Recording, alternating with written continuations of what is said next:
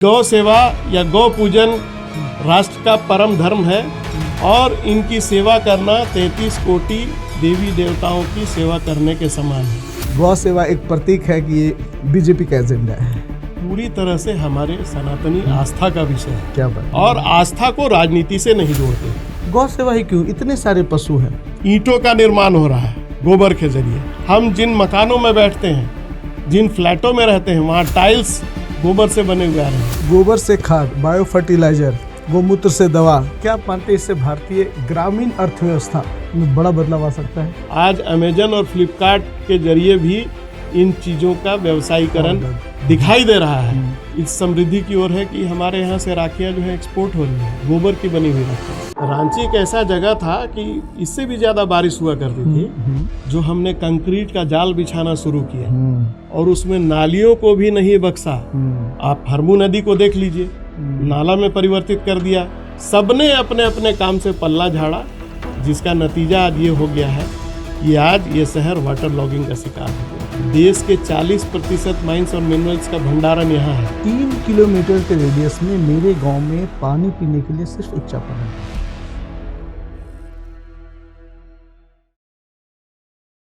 नमस्कार दोस्तों, आज फिर से हम अपने एक नए मेहमान के साथ कांके टॉक्स के पॉडकास्ट में आप सारे लोगों का स्वागत करते हैं। आशा करता हूँ आप सारे लोग अच्छे होंगे, इस बारिश में पकौड़ा चाय का आनंद ले रहे होंगे। और जब पूरी झारखंड में 90% से ज़्यादा बारिश हो चुकी है अभी तक, तब आप सुरक्षित होंगे, भीगे बिल्कुल भी नहीं होंगे और हमारे इस पॉडकास्ट का आनंद ले रहे होंगे।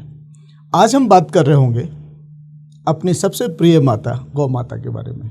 हम बात करेंगे गौ सेवा के बारे में। हम बात करेंगे उस व्यक्ति के बारे में जो झारखंड गौ सेवा आयोग के अध्यक्ष हैं। हम बात करेंगे, जब बात गाय की होती है तो अक्सर चर्चा आस्था की होती है, लेकिन आज हम जिस शख्स से बात करने जा रहे हैं, उन्होंने गाय को सिर्फ एक प्रतीक नहीं बल्कि आर्थिक स्वावलंबन, महिला सशक्तिकरण और समाज निर्माण का माध्यम बना दिया है। हाइड्रोलिक एम्बुलेंस से लेकर गोबर से बायो फर्टिलाइजर तक झारखंड की गौशालाओं में एक नई क्रांति लाने वाले हमारे साथ हैं झारखंड गौ सेवा आयोग के अध्यक्ष श्री राजीव रंजन प्रसाद जी। आज हम जानेंगे कि गौ सेवा केवल सेवा नहीं है, बल्कि एक विजन है जो आने वाला भारत की आत्मा बन सकता है। पर कहानी सिर्फ गाय की नहीं है, यह उस सोच की है जो भारत को आत्मनिर्भर बना सकता है। हम जानेंगे उनके आयोग के बारे में, उनके आयोग के द्वारा लिए गए उपाय और उनके आयोग के द्वारा किए गए कार्यों के बारे में। हम जानेंगे कि कैसे गौ रक्षा आयोग करती है और आयोग किन किन बहुमूल्य बातों पे ध्यान दे रही है। हम गौ से संबंधित कोशिश करेंगे कि हर मुद्दे पे उनसे बात करें, राजनीति से ऊपर उठ के बात करें, कांग्रेस और भाजपा से ऊपर उठ के बात करें। लेकिन हम जरूर चाहेंगे कि वो कांग्रेस के प्रतिनिधित्व करते हुए गौ सेवा के बारे में बात करते हैं तो कांग्रेस क्या समझती है और कांग्रेस का इसके प्रति विजन क्या है। चलिए आज के पॉडकास्ट में हम स्वागत करते हैं श्री राजीव रंजन प्रसाद जी का। सर नमस्कार, जोहार, स्वागत है आपका हमारे पॉडकास्ट में। आप थोड़ा बताएंगे हमारे दर्शक को कि गौ सेवा आयोग कांग्रेस से कैसे, कांग्रेस और गौ सेवा, मतलब जो माहौल है देश में, राज्य में, गौ सेवा एक प्रतीक है कि ये बीजेपी का एजेंडा है? नहीं, ये पूरी तरह से हमारे सनातनी आस्था का विषय है। क्या बात है। और ये आस्था का विषय कांग्रेस बराबर ये प्रयास करती है कि आस्था को राजनीति से कभी नहीं जोड़ा जाए। और आज झारखंड के यशस्वी जनता और उनके आशीर्वाद और उनके सहयोग, उनके समर्थन से चलने वाली हमारी सरकार जब सत्ता में है, तो हम वैचारिक प्रतिबद्धता या गोरक्षा के नाम पर राजनीति की बात करने नहीं आए। हम जो कहते हैं वो करते हैं, ये दिखाई देता है लोगों को। आज झारखंड के अंदर आपने गौ सेवा आयोग की चर्चा की, तो मैं तो गौ माता को प्रणाम करते हुए अपनी इस चर्चा को आरंभ करूंगा। और मैंने गावो विश्वस्य मातृ को आधार मान करके ही इस पदभार को ग्रहण किया है। और जब से पदभार ग्रहण किया है, तब से हमारी प्राथमिकता ये रही है कि इस राज्य की गौशालाएं किस प्रकार से आत्मनिर्भर बने, इस राज्य की पहचान एक गौ संरक्षक और गौ संवर्धक राज्य के रूप में किस प्रकार से हो। क्योंकि आप सभी जानते हैं कि इस राज्य का गठन जब से हुआ तब से लेकर के अब तक सबसे लंबे कालखंड तक किस वैचारिक प्रतिबद्धता वाले लोगों ने यहाँ सत्ता और शासन संभाला और झारखंड गौ सेवा आयोग की स्थिति क्या थी, इससे भी मैं आपको अवगत कराना चाहूँगा जी। क्योंकि जब 2005-2006 में जब अधिनियम बना, उसके बाद तत्कालीन जो प्रथम अध्यक्ष हुए पुरुषोत्तम दास झुंझुनवाला, उसके बाद इस आयोग को बिल्कुल एक मुखिया विहीन परिवार के रूप में छोड़ दिया गया। अच्छा, उस समय से कोई दूसरा अध्यक्ष बना ही नहीं। अच्छा। और सत्ता और शासन किसका था ये बोलने की आवश्यकता नहीं है। मैं बोलूंगा तो लोगों को लगेगा कि राजनीति कर रहे हैं, क्योंकि भाई गोरक्षा के नाम पर आपने ही कहा कि कांग्रेस और गौ सेवा, बिल्कुल हम कहते नहीं करते हैं और आस्था को राजनीति से नहीं जोड़ते हैं। इसीलिए हमारी पार्टी के नेतृत्व ने मुझको ये जिम्मेवारी दी और हमारे यशस्वी मुख्यमंत्री आदरणीय हेमंत सोरेन जी का एक विजन है कि हर उस अनछुए पहलू के साथ समाज के बीच में अपनी उपस्थिति दर्ज करा सके जो समाज को जोड़ने का काम करती है। और आज ये हमारी आस्था और संस्कृति और सनातन का विषय है कि गौ सेवा या गौ पूजन राष्ट्र का परम धर्म है और इनकी सेवा करना 33 कोटि देवी देवताओं की सेवा करने के समान है। तो हमने उसी को आधार मान करके गौ सेवा आयोग का एक पहचान बदलने का निर्णय लिया और दिन रात उसी को लेकर के प्रयास कर रहे हैं। मेरा एक सवाल है यहाँ पे कि अक्सर लोग जब गौ सेवा की बात करते हैं हम लोग, तो सोशल मीडिया का युग है, सोशल मीडिया पे ट्रॉलिंग होने लगता है कि ये बीजेपी की एजेंडा है। गौ सेवा ही क्यों, इतने सारे पशु हैं, तो इसके पीछे गौ सेवा के पीछे का उद्देश्य क्या है?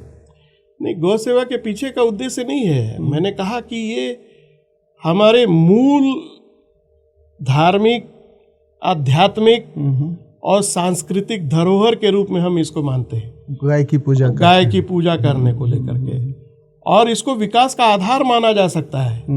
आज ग्लोबल फेटर्निटी में अगर आप जाएंगे, बिल्कुल, तो आप ब्राजील को देख लीजिए। ब्राजील का उदाहरण देखिए, कई एक वीडियो आप सर्च करेंगे गूगल में जाकर के, तो उन्होंने हिंदुस्तान से ही गौ सेवा को लेकर के जाकर के आज अपनी इकोनॉमी को बूस्टअप किया है। क्या बात है। आज वहाँ लोग इस बात से नहीं शर्माते कि हम गोबर के बीच बैठे हैं या चोकर के बीच में या चारा के बीच में बैठ करके वहाँ के बच्चे किस प्रकार से गौ माताओं की सेवा में लगे हैं, ये सीखने की जरूरत है।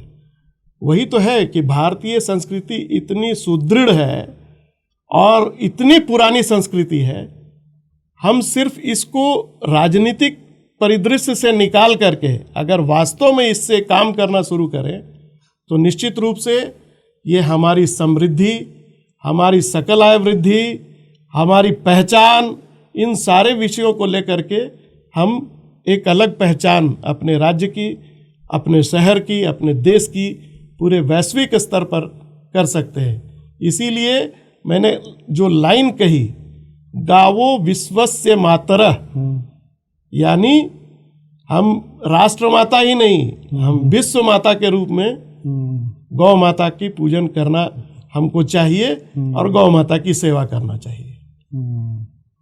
हम अपने ऑडियंस को बताना चाहेंगे कि राजीव रंजन प्रसाद जी राजनीतिक पृष्ठभूमि से संबंध रखते हैं और हम शुरुआत तो ज़रूर कर लिए हमने कि कांग्रेस और गौ सेवा कैसे, लेकिन हम फिर से आएंगे गौ सेवा और गौशाला वाले मुद्दे पे। लेकिन उससे पहले हम जानना चाहेंगे सर कि आप अपनी पृष्ठभूमि थोड़ी सी बताएंगे कि आप राजनीति में कैसे आए। Next award, which is Excellence in Digital Marketing Solutions, and the award goes to DigiCrow, founded by Amit Modi, is Ranchi's leading digital marketing agency with innovative projects like TEDx Kanke and Everest Summit 2.0. Amit is transforming brands and driving impactful campaigns.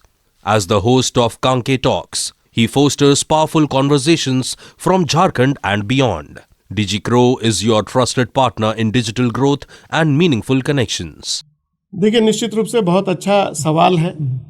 हालांकि व्यक्ति जब जिस संस्था के साथ जुड़ा रहता है या जहां काम करते रहता है, तो ज़्यादातर चूँकि मैं राजनीतिक और सामाजिक कार्यकर्ता के रूप में समाज के बीच में काम कर रहा हूं, तो बराबर इस सवाल को देखता हूं कि जो वर्तमान परिदृश्य है उसी पर चर्चा होती है। लेकिन आपने एक बहुत अच्छा सवाल छेड़ा है, तो मैं अपनी पारिवारिक पृष्ठभूमि की भी चर्चा करना चाहता हूं। मैं एक स्वाधीनता सेनानी के परिवार से हूं। स्वर्गीय देवकी नंदन प्रसाद मेरे दादाजी, जो यहाँ पहली असेंबली कंस्टिट्यूट हुई थी प्री इंडिपेंडेंस 1936 ऑनवर्ड्स टिल 1964, उन्होंने इस क्षेत्र का प्रतिनिधित्व किया विधान पार्षद के रूप में, विधायक के रूप में, और बराबर समाज की सेवा करते रहे और आज़ादी के संग्राम में 12 वर्षों तक जेल में भी रहे। अच्छा। उसके बाद हमारे अपने बड़े पापा, जिनको बड़े पिताजी कहते हैं, हमारे बड़े चाचा स्वर्गीय पी मनोरंजन, जो झारखंड आंदोलन से जुड़े रहे और झारखंड मुक्ति मोर्चा के संस्थापक सदस्यों के रूप में उन्होंने काम किया। दूसरे जब हमारे पापा के छोटे भाई थे स्वर्गीय आरपी राजा जी, उन्होंने भी कांग्रेस पृष्ठभूमि से अपनी राजनीतिक शुरुआत की और युवा कांग्रेस NSUI के माध्यम से प्रदेश के जब यहाँ कांग्रेस का राजनीति चल रहा था, तो चचेरे चाचा जी हुआ करते थे हमारे ज्ञान रंजन जी, उनके साथ मिल करके एक बड़ा लंबा आंदोलन, झारखंड आंदोलन को भी लेकर के, आपको याद होगा 90 के दशक में उलगुलान रैली हुई थी रांची के मोराबादी मैदान में, जब 1 रुपया और 1 मुट्ठी चावल के नाम से आंदोलन के जरिए इस राज्य में की गठन के मार्ग को प्रशस्त करने को लेकर के उन्होंने शुरुआत बिगुल फूका था। उन्होंने भी अपनी सेवाएं राजनीति के माध्यम से 80 के दशक में वो रांची क्षेत्रीय विकास प्राधिकार के अध्यक्ष भी रहे। तो कुल मिलाकर के ये कहा जा सकता है कि पॉलिटिक्स, राजनीति मेरे DNA में है। अच्छा।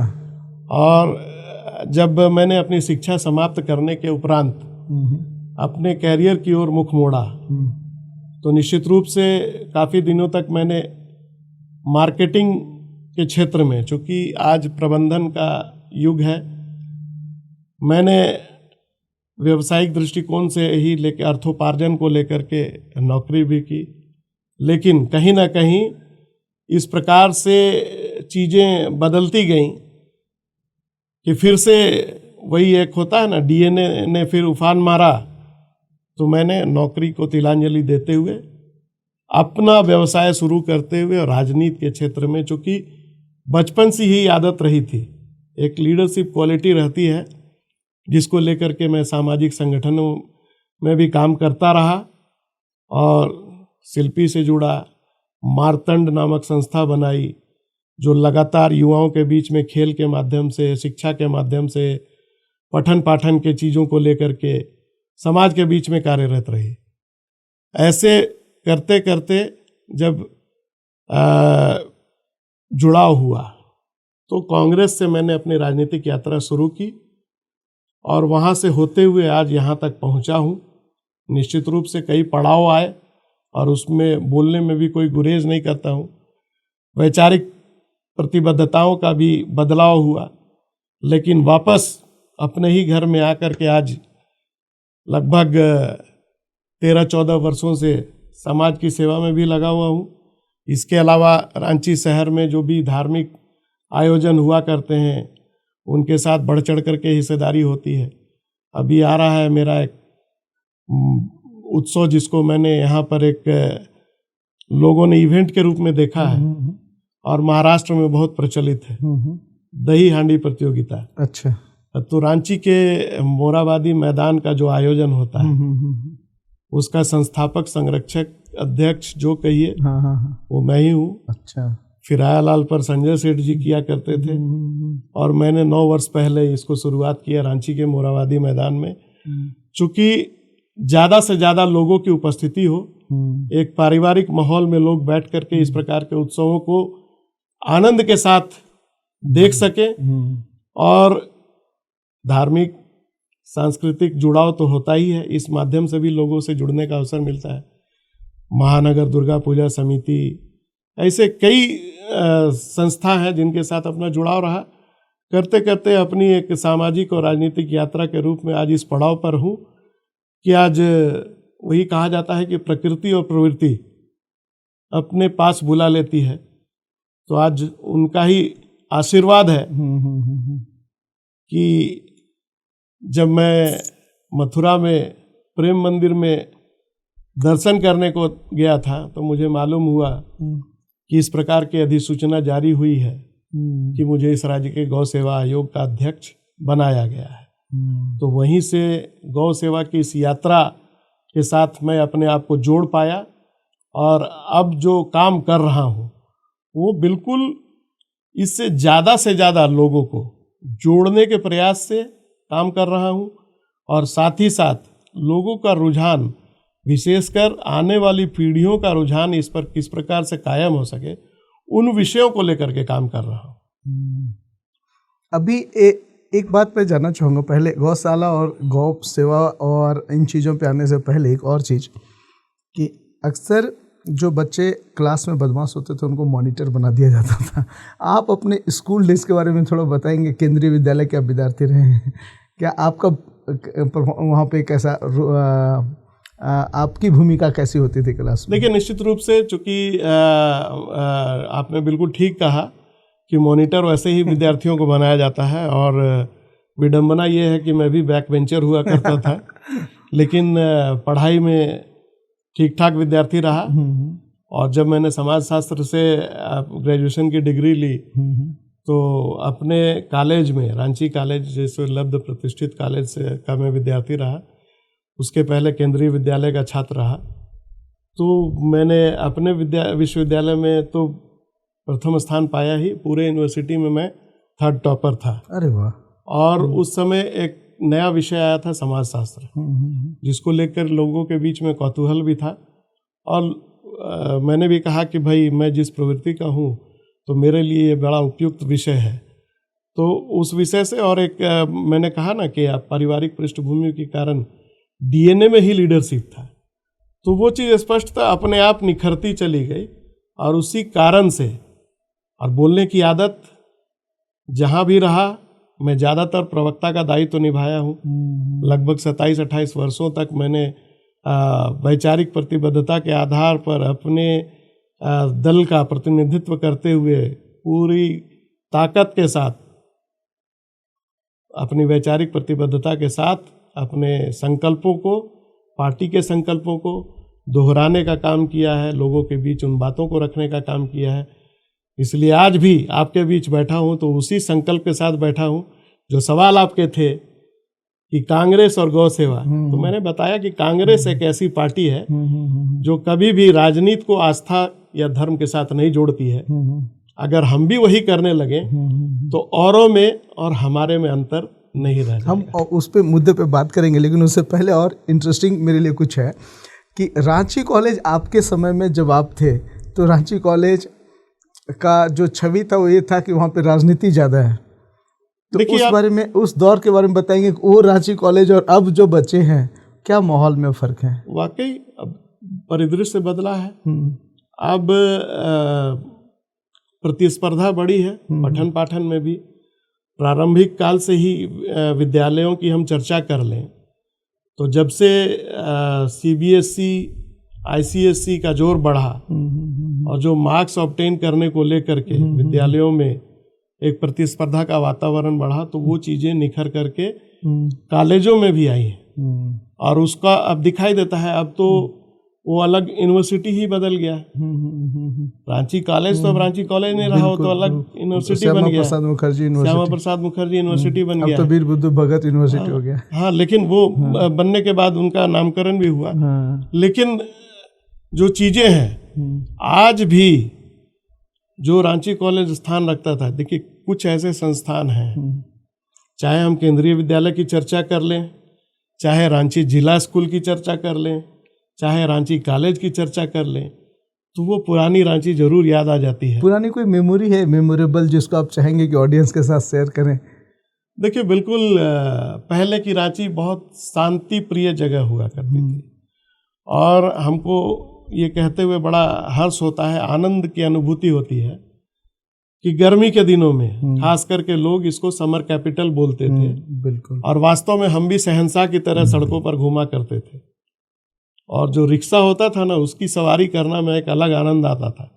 आज तो जो गाड़ियों का रेला है सड़कों पर, और जो ट्रैफिक के हालात बन पड़े हैं, आज ये अलग बात है कि हमारी सरकार की प्रतिबद्धता के बाद जिस प्रकार से लगातार फ्लाईओवर्स का निर्माण हो रहा है, तो कहीं ना कहीं सड़कों पर जो दबाव है वो कम होता दिखाई दे रहा है, और स्मूथ रनिंग की ओर हम बढ़ चले हैं। ऐसा विश्वास हमें है कि आने वाले कुछ वर्षों में रांची की शक्ल जो है वो जरूर बदल जाएगी, और हम जरूर जिस प्रकार से हमारे पूर्वज, जो हमारे पिताजी हुए, हमारे दादाजी हुए, रांची के जगह रिंची की चर्चा करते नहीं थकते थे, तो हम भी अपने आने वाली पीढ़ियों को ये बताएंगे कि हम इन्हीं रांची की सड़कों पर किस प्रकार से ठाठ से बैठ करके घूमा करते थे। कई बागीचे हुआ करते थे जहाँ आम खाने जाते थे, लीची खाने जाते थे, अमरूद खाने जाते थे। अब तो ये दिखता ही नहीं है। अब तो खेलने के लिए बच्चों के पास मैदान की कमी हो गई। बिल्कुल। और पहले हर मोहल्ले में कहीं ना कहीं खेलने का स्थान हुआ करता था। ये एक बड़ी कमी महसूस होती है। सरकार से आप कभी कोशिश करेंगे क्या कि इस तरह का जो बदलाव है ये थोड़ा कहीं ना कहीं निगेटिव चेंज आया, कि भाई ग्राउंड कम सिमट गया है, तो सरकार इस दिशा में कुछ प्रयास करे इस तरह का? देखिए निश्चित रूप से सरकार इस प्रयास में लगी भी है, और लेकिन चीज़ों को समेटते समेटते जब से खास करके हम जब सत्ता में आए यहाँ इस राज्य के अंदर, तो परिस्थितियाँ जिस प्रकार का अपार जन समर्थन हम लोगों को मिला, काम करने का स्पीडअप भी हम लोगों ने किया, लेकिन अचानक से जो वैश्विक महामारी का जोर आया, जो 3 वर्षों तक लगातार एकदम हम उसमें उलझ करके रह गए, हमारे लिए सबसे बड़ी संकट थी कि जीवन और जीविका दोनों को बचाना था।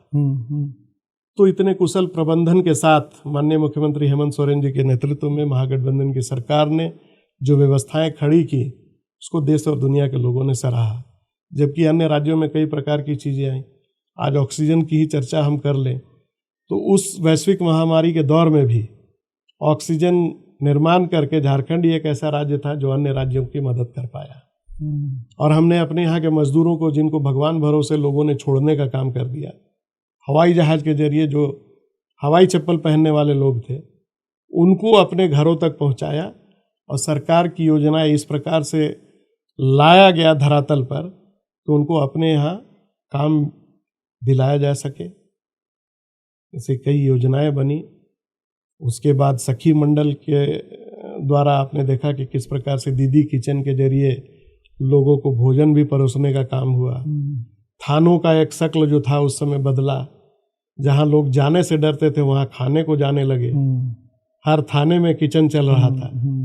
तो ये चीजें हैं, काम अगर आप करना चाहिएगा तो निश्चित रूप से वो आपको दिखाई देगा आपके कर्म में। मैंने वही कहा ना कि प्रकृति और प्रवृत्ति अपने दर्शन करा देती है, तो वही स्थिति मेरे साथ भी है कि जो मेरी आस्था, मैं शुरू से धार्मिक प्रवृत्ति का व्यक्ति रहा हूँ और धर्म में मेरी पूरी आस्था है, और उस आस्था का प्रकटीकरण नहीं हो पाता था क्योंकि उन चीज़ों के साथ मेरा जुड़ाव नहीं था। आज जब प्रभु के आशीर्वाद से जब मुझे ये मौका मिला है तो निश्चित रूप से मैं अपना पूरा 100% इस बात के लिए प्रयासरत रहता हूँ कि कैसे इस विषय पर काम करूँ, और उसी को लेकर के मैं काम कर रहा हूँ। एक सवाल मैं गौशाला पे आने से पहले और लेना चाहूँगा कि आप रांची से इतना करीब से जुड़े रहे, और आप, मुझे लगता है कि आप थोड़े इमोशनल टाइप के और पूजा प्रवृत्ति वाले व्यक्ति रहे हैं, तो आप प्रकृति से भी बहुत जुड़े रहे होंगे या हैं। तो 25 वर्षों में जो झारखंड में बदलाव आना था, वो हम पॉजिटिव मूव किए या नेगेटिव मूव कर गए? क्लाइमेट चेंज हो गया। आज भी हमारे यहाँ सड़कें, बरसात की थोड़ी सी बारिश होती है तो सड़कें नाला बन जाती है। तो हम कहाँ पहुँचे 25 वर्ष में, आगे या पीछे? सवाल यही है। नहीं, ये आप वर्तमान की तो चर्चा कर रहे हैं, हाँ। लेकिन आप याद कीजिए उन दिनों को। नहीं, मैं 25 वर्ष की पूछ रहा हूँ। मैं इसीलिए मैं आ रहा हूँ कि 25 वर्षों की अगर हम चर्चा करें तो ये स्थिति नहीं थी। हाँ।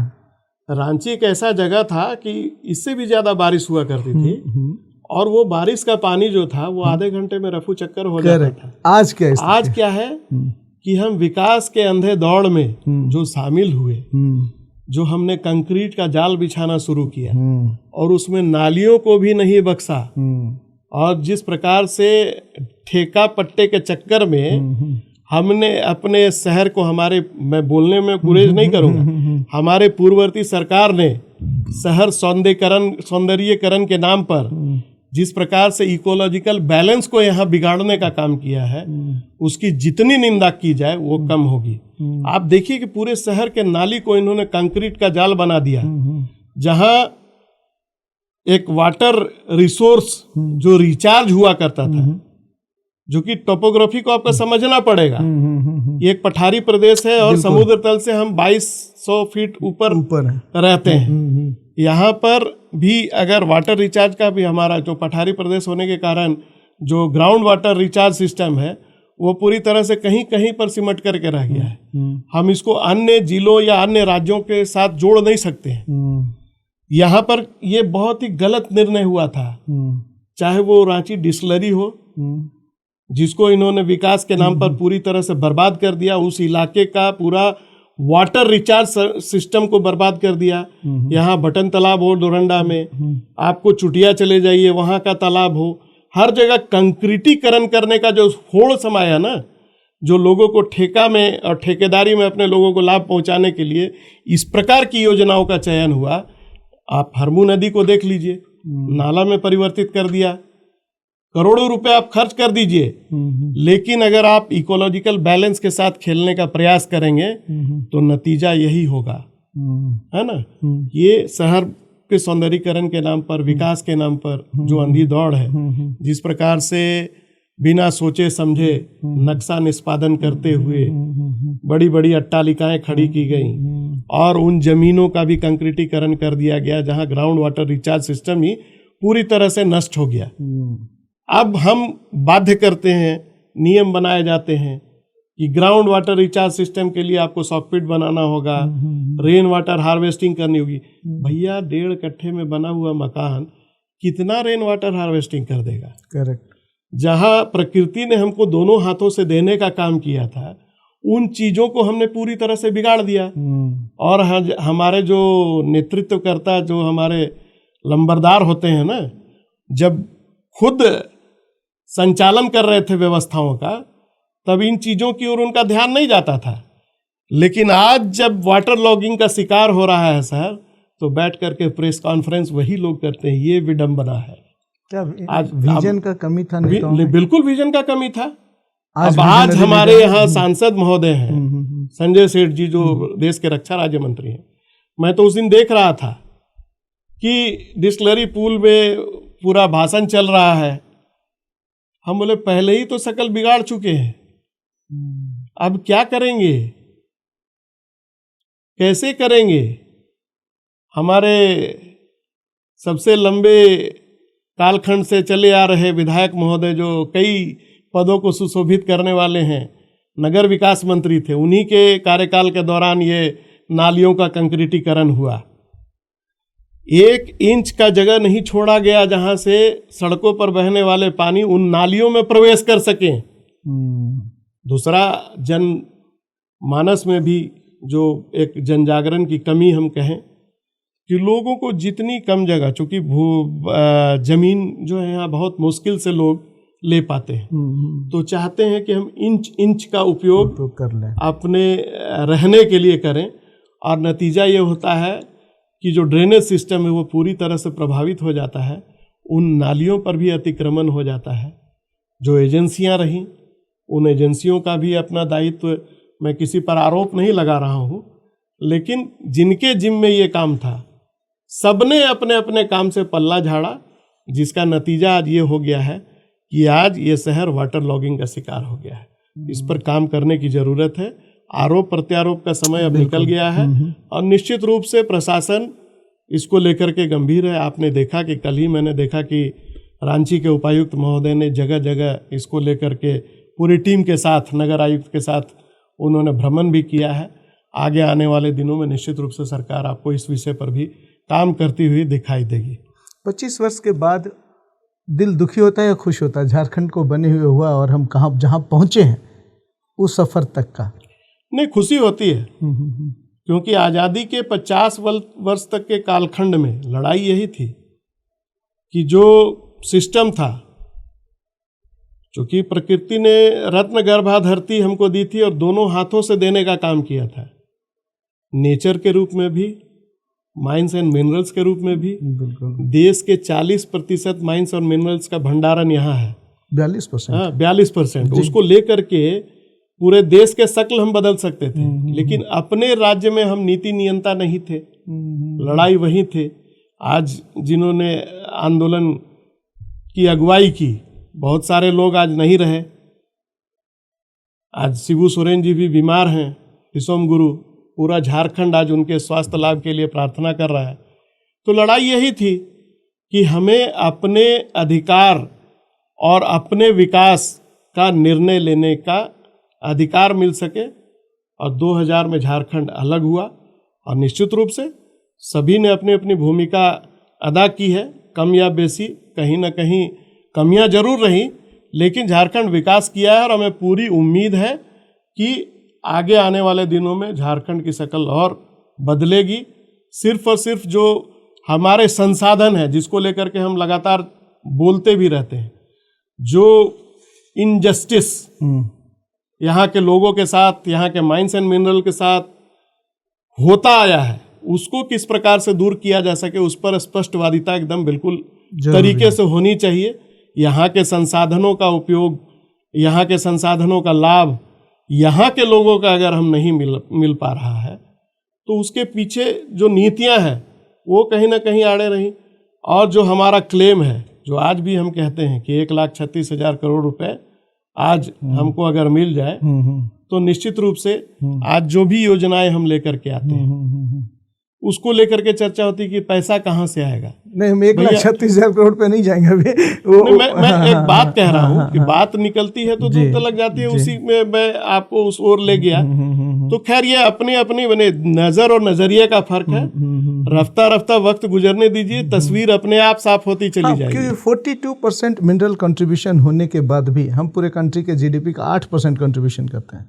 मतलब हमारा हाउस होल्ड इनकम, हमारा लिविंग स्टैंडर्ड सबसे निचला पायदान पे आता है, जबकि हम 42% करते हैं। तो कहीं ना कहीं दिल में हम लोगों को भी चुभता है कि यार हम इतना बढ़िया स्टेट होने के बाद भी मिस कहाँ हो गया। तो जब भी मुझे मौका मिलता है, जब मुझे लगता है अपने एज ग्रुप के कुछ लोग हैं या कुछ सीनियर हैं, तो एक बार लगे हाथ पूछ लेता हूँ कि 25 वर्ष हो गए झारखंड के, क्या उम्मीद था, कितना हम अचीव किए, क्या संभावनाएँ हैं, क्योंकि एंटरप्रेन्योरशिप डेवलपमेंट। अच्छा, मैं आपसे इसलिए भी पूछ रहा हूँ, उसके पीछे एक वजह है कि जब अभी हम पॉडकास्ट के लिए आपका पूरा प्रोफाइल और आपसे बात किए, तो बड़ा पॉजिटिव माइंडसेट के साथ काम कर रहे हैं। तो जब पॉजिटिव माइंडसेट के व्यक्ति रहते हैं तो दिमाग में बहुत सारा पॉजिटिव सवाल भी आता है हमारे दिमाग में। तो मैंने लगा कि चलो लगे हाथ में आपसे पूछ लेता हूँ, आप कितने संतुष्ट हैं और क्या सरकार इस दिशा में सोच रही है या नहीं सोच रही? बिल्कुल सोच रही है, इस पे कहीं कोई संशय नहीं। आप गौ सेवा पे इतना काम करें, मुझे अच्छा लगा ऑनेस्टली। मैं इससे पहले कभी नहीं जानता था कि झारखंड में झारखंड गौ सेवा आयोग भी है और गौशाला के ऊपर काम हो रहा है, या इतने डाइवर्सिफाइड तरीके से काम हो रहा है। मैं उन सब पे आऊँगा एक करके, लेकिन फिलहाल हम फिर से वहीं आते हैं कि सरकार कितना चिंतित है कि यहाँ के युवाओं के लिए, यहाँ के जो लोकल लोग हैं उनके जीवन यापन के लिए, जीवन शैली के लिए यहाँ के रिसोर्सेस से उनको बदलाव लाएं। देखिए, निश्चित रूप से सरकार इस विषय को लेकर के काफ़ी गंभीर है। माननीय मुख्यमंत्री जी और हमारे गठबंधन के नेतृत्वकर्ताओं के द्वारा इस प्रकार की नीतियां लाई जा रही हैं कि हम प्राइवेट संस्थानों में भी यहाँ के 75% लोगों को रोजगार के साथ जोड़ सकें, ताकि नियोक्ताओं को कोई छूट न मिले कि बाहर के लोगों को यहाँ के संसाधनों पर आधिपत्य मिले। यहाँ के संसाधन से जो यहाँ के लोग हैं, चाहे वो आदिवासी हो, मूलवासी हो, यहाँ के प्राचीन काल से रह रहे निवासी हो, सभी का समान रूप से नर्चर किया जा सके। और एक लीडरशिप क्वालिटी जो होनी चाहिए, जो विजनरी थॉट होनी चाहिए, वो बिल्कुल हमारे मुख्यमंत्री में है। और उसको लेकर के काम कर रहे हैं। कई प्रतिकूल परिस्थितियां आड़े आईं, लेकिन कभी डिगे नहीं वो। एक नेतृत्वकर्ता के रूप में आप देख लीजिए कि विकास के जो नए आयाम आज इस राज्य के अंदर गढ़े गए हैं, अगर तुलनात्मक अध्ययन आप करेंगे तो जो सबसे ज़्यादा लंबे कालखंड तक जिन्होंने सत्ता और शासन की व्यवस्थाएं संभाली हैं, उनके कालखंड में और इस कार्यकाल में जो विकास के, जो इंफ्रास्ट्रक्चरल डेवलपमेंट के रूप में काम हुए हैं, कहीं भी मैच नहीं करता है। हाँ, डपोर संघ की घोषणाएं जरूर हुई, भाषणबाजियां ज़्यादा हुई, काम धरातल पर दिखा नहीं। वहीं पर धरातल पर काम किस प्रकार से उतरे, माननीय मुख्यमंत्री जी और गठबंधन का पूरा विचार जो है उसी आधार पर केंद्रित रहता है और हम उसी दिशा में बढ़ रहे हैं। आपने कहा कि यहाँ के विद्यार्थियों को लेकर के आप देखिए कि आज गुरुजी क्रेडिट कार्ड योजना की हम चर्चा करें और यहाँ के विद्यार्थियों को लाभ मिल रहा है। यहाँ के गरीब बच्चे जो हैं विदेशों में पढ़ने के लिए भेजे जा रहे हैं, सरकार के खर्चे पर पढ़ने जा रहे हैं। अभी एक MOU हुआ जिससे लोगों को, बच्चों को जो है स्कॉलरशिप दे करके आगे किस प्रकार से उनकी पढ़ाई भी पूरी हो और उनका इंटर्नशिप भी हो, ताकि आगे आने वाले दिनों में वो बेहतर तरीके से इस राज्य के समृद्धि में अपना योगदान दे सकें। इस विषय में आगे वो बढ़ने का काम कर रहे हैं। और मुझे यह राज्य के जो न्यूट्रल भाव से देखने वाले लोग हैं, मैं वैचारिक प्रतिबद्धता की बात नहीं कर रहा हूँ, उनको ये स्पष्ट दिखाई दे रहा है कि सरकार ठीक दिशा में जा रही है। यही कारण है कि इतने बड़े प्रचार तंत्र के बावजूद भी दूसरी बार और भी थंपिंग मेजॉरिटी लेकर के ये सरकार आई है। और मैं आपको बताता चलूं कि ग्राउंड रियलिटी यही है कि राज्य के अंदर तो ठोके बजाय लोगों ने देख लिया और काठ की हांडी अब बार बार यहाँ चढ़ने वाली नहीं है, क्योंकि जो भी मुद्दे उनके द्वारा चुनाव में लेकर के आने का काम किया जाता है, लोगों ने सिरे से उसको नकारा है। एक और मुद्दे पे ध्यान आकर्षित करूंगा, जैसे चूंकि आपने अच्छा काम लगा मुझे, क्या जल आयोग बोर्ड ऐसा कुछ है क्या झारखंड में? निश्चित रूप से जल आयोग बोर्ड नहीं है, उसको लेकर के काम विभाग के स्तर पर ही हो रहा है। तो अभी झारखंड CSR पॉलिसी मिट का एक आयोजन कुछ समुदाय कर रहे हैं, कुछ NGOs कर रहे हैं झारखंड रांची में। इनका एक 29 जनजातीय समुदाय के साथ इन लोगों की एक प्री मीट थी अभी होटल BNR में। संजोग से मुझे भी मौका मिला था, मैं उसमें था। संथाल से एक व्यक्ति आए हुए थे जो जनजातीय समुदाय को रिप्रेजेंट कर रहे थे। उन्होंने बोला कि 3 किलोमीटर के रेडियस में मेरे गांव में पानी पीने के लिए सिर्फ एक चापानल है। तो आपके माध्यम से मैं सरकार को भी चाहूँगा कि अगर ये ग्राउंड पे, चूँकि मैंने सुना, तो यहाँ पे काम करने का ज़रूरत है, जहाँ पे मुझे लगता है कि एक बहुत बड़ी गैप है। निश्चित रूप से। और मैं फिर कारण पे जाऊंगा तो आप बोलेंगे कि फिर नहीं, मैं कुछ नहीं बोलूँगा। नहीं, मैं वही कह रहा हूँ कि भाई जिन लोगों ने आज जिम्मेवारी, अकाउंटेबिलिटी से आप भाग नहीं सकते हैं ना। ट्रू, बिल्कुल। आपने सबसे ज्यादा लंबे कालखंड तक इस राज्य की सत्ता और संचालन व्यवस्था को संभाला है। आज अगर कहीं पर इस प्रकार की चीजें आ रही हैं तो कौन जिम्मेवार है उसके लिए? सत्ता की जिम्मेवारी लोगों ने चाबी आपके हाथों में सुपुर्द की। आज आप लाख आरोप लगा लें कि भाई आपका जनप्रतिनिधि वहां से चुना जाता था, लेकिन उस जनप्रतिनिधि का भी एक दायरा होता है। सरकार चाहेगी तभी वहां पर काम होता है। तो यही इनजस्टिस एकीकृत बिहार के दौरान झारखंड के कारण हुआ, झारखंड में हुआ। लोगों ने जब झारखंड बनने के बाद उस पर काम शुरू किया, और इस सरकार के कार्यकाल के दौरान अब इन चीज़ों का वैज्ञानिक स्तर पर भी अध्ययन करते हुए टेक्नोक्रेट्स का इन्वॉल्वमेंट के साथ इस प्रकार की चीज़ों को दूर करने का प्रयास जरूर करने का काम कर रही है। मैं नहीं कहता कि 100% हम अचीव कर चुके हैं या कर लिए हैं, इस पर मैं कोई दावेदारी नहीं कर, मैं चीज़ों से नजरें नहीं चुराता हूँ। बिल्कुल स्पष्ट रूप से हमें स्वीकार करना चाहिए कि कहीं ना कहीं लैकिंग है। उस लैकिंग को दूर करने का प्रयास हर उस व्यक्ति को करना चाहिए, और अगर उस व्यवस्था का वो पार्ट है तो उन चीज़ों को नेतृत्व के संज्ञान में भी लाने का दायित्व तो उसका बनता है। तो मैं भी जहाँ जाता हूँ, मैं जिस संस्था से जुड़ा हुआ हूँ, आज 18-20 वर्ष हो गए, लोग वहाँ तक नहीं पहुँच पाए थे। मैंने भौतिक सत्यापन करने के लिए हर उस गौशाला का निरीक्षण किया जहां आज 18 वर्ष 20 वर्ष से लोग नहीं जा पाए थे। मैं पाकुड़ के उस कोने में भी जाकर के आया हूं अभी इस समिट के पहले, जो मैंने पारिस्थितिकी संतुलन और आधुनिकीकरण के परिप्रेक्ष्य में 2 दिवसीय जो हमारा कार्यशाला था गौ सेवा अवसर एवं चुनौतियों को लेकर के, जिसमें पूरे देश से लगभग 400 आप प्रतिनिधियों थोड़ा ने। बताएंगे डिटेल्स में ये कार्यक्रम क्या था?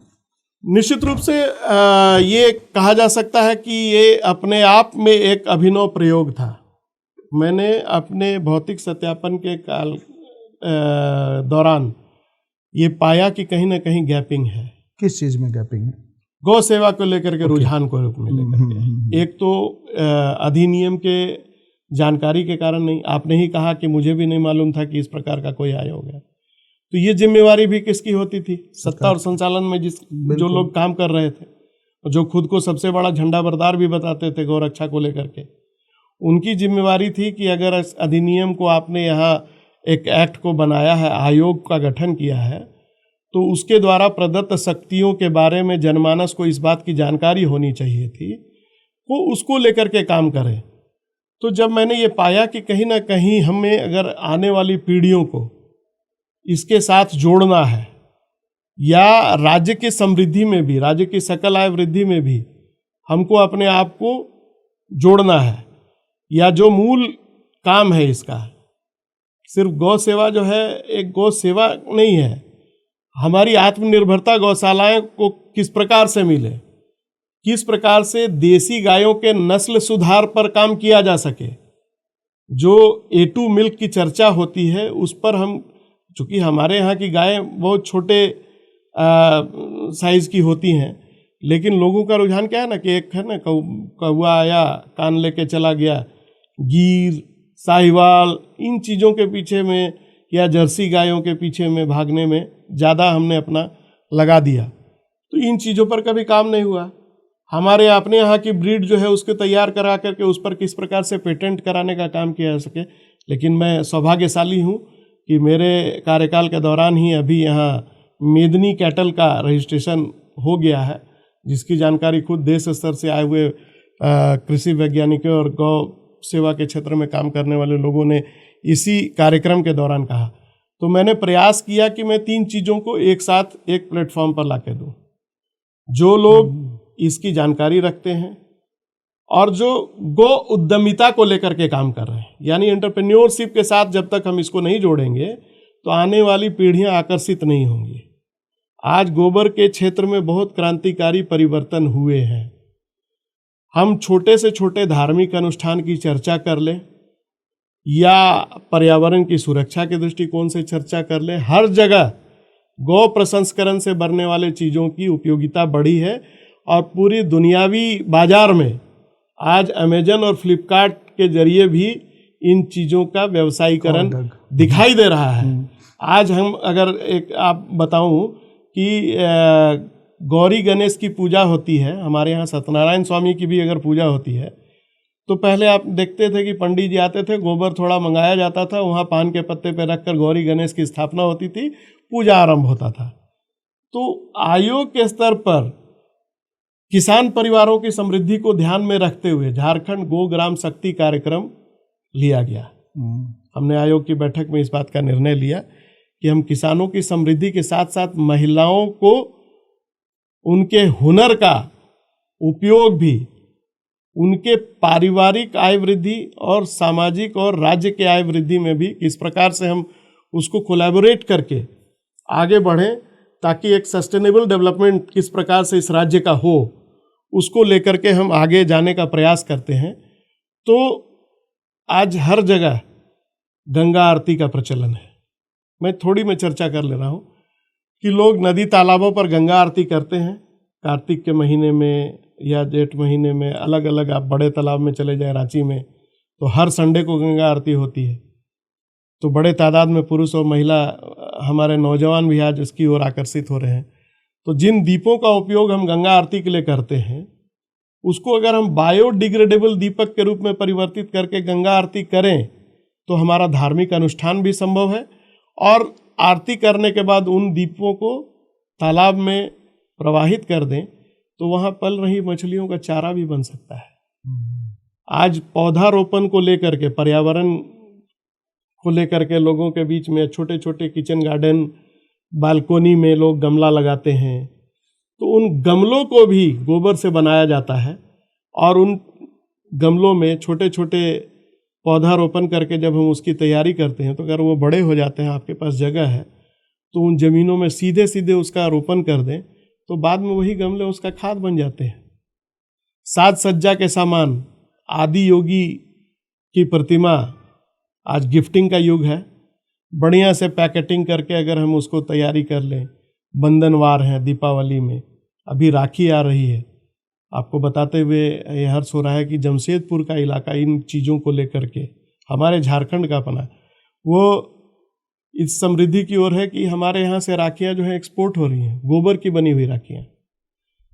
कप अगरबत्ती जो होती है, धूप समरानी अगरबत्ती जो होती है, उनमें गौ प्रसंस्करण के रूप में काउडन से बनने वाली चीज़ें जो है उसको लेकर के महिलाओं का प्रशिक्षण का एक कार्यक्रम हमने पायलट प्रोजेक्ट के जरिए रांची के 20 प्रखंडों को लेकर के 200 महिलाओं को प्रशिक्षित शिक्षक के रूप में तैयार करने का काम किया। और आगे हमारी योजना है कि पूरे राज्य के सभी प्रखंडों से 20-20 महिलाओं को लेकर के लगभग 5,500 महिलाओं को इस आधार पर प्रशिक्षित शिक्षक के रूप में तैयार करके उनके हुनर को बढ़ावा दें, ताकि अगर वो अपने दैनंदिनी जीवन में व्यस्ततम कार्यों से समय निकालकर सिर्फ 2 घंटा भी इस बात को लेकर के वक्त दें तो उनके इस हुनर से वो 10,000 रुपये का प्रति माह आय कमा सकती हैं, जिससे किसान परिवारों को भी ये होगा। और हमारा जो एक बैलेंस है, जो आज आयोग जिस बात को लेकर के काम करता है कि जो गोवंशीय पकड़े जाते हैं पशु तस्करी के दौरान, उनको जो है प्रशासन के स्तर पर पकड़ करके गौशालाओं में दिया जाता है। तो हमारा जो मूल काम है कि उनके भोजनादि मद की पैसे का उनको देने का काम आयोग करता है, और उनके रहने के लिए इंफ्रास्ट्रक्चरल डेवलपमेंट को लेकर के शेड निर्माण और आदि जो गौशाला में बनते हैं उसका भी पैसे का भुगतान आयोग करता है। तो इससे हटा करके अगर हम इस प्रकार से महिलाओं को अगर अपने साथ जोड़ते हैं तो निश्चित रूप से एक वैचारिक क्रांति यहाँ दिखाई देगी। ये सोच कहाँ से आया? देखिए, मेरा सवाल ये है कि जब इस देश में गौ को एक धर्म से जोड़ दिया गया और गाय एक धार्मिक रिप्रेजेंटेशन हो गया, उस माहौल में आपके लिए ये सोच लाना कि गाय एक सामाजिक और आर्थिक बदलाव या मुहिम और आंदोलन का हिस्सा हो सकती है, ये प्रेरणा आपके पास कहाँ से आया? ये तो मैंने कहा कि ये तो काम करते करते होता है ना। और मैं आपको बताते हुए हर्ष महसूस कर रहा हूँ कि अपने रांची का ही इलाका है सीठियो। बिल्कुल सीठियो, जो किसी अन्य कार्यों के नाम से जाना जाता है। जी आप भी जान रहे हैं। उस इलाके की अल्पसंख्यक समाज की 20 महिलाओं ने इस प्रशिक्षण में हिस्सा लिया और आज वो गोबर प्रसंस्करण से बनी वस्तुओं का निर्माण कर रही है।